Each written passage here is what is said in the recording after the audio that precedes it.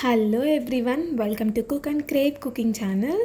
So this is my first video, so kindly please like, comment, share and subscribe to my channel. ఈరోజు నేను చూపించబోయేది beetroot salad.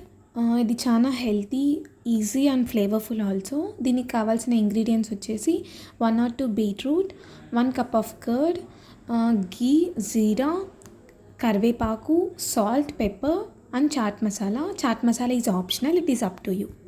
First బీట్రూట్ని boil చేయడంతో start చేశాను. So నేను only 1 beetroot తీసుకున్నాను. మీకు కావాలంటే 2 బీట్రూట్స్ కూడా తీసుకోండి. ఒక 2 to 5 minutes బాయిల్ చేస్తే సరిపోయేది. తర్వాత స్టవ్ ఆఫ్ చేయండి.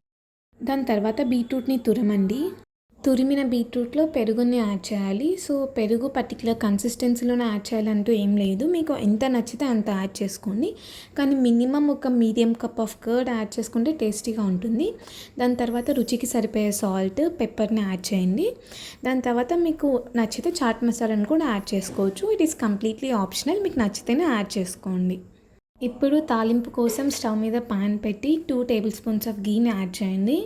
నేను ఇక్కడ ఆయిల్ని ప్రిఫర్ చేయను. ఇన్ కేస్ మీ ఇంట్లో గీ అనేది లేకపోతే ఓన్లీ 1 tablespoon యాడ్ చేసుకోండి. ఒకవేళ గీ ఉంటే కంపల్సరీగా 2 tablespoons ఆఫ్ గీ అనేది యాడ్ చేసుకోండి తాలింపు కోసం. ఇది గీ అనేది హీట్ అయ్యాక దానిలో జీరా అనేది వేయాలి. జీరా కొంచెం ఫ్రై అయిన తర్వాత కరివేపాకు వేయాలి.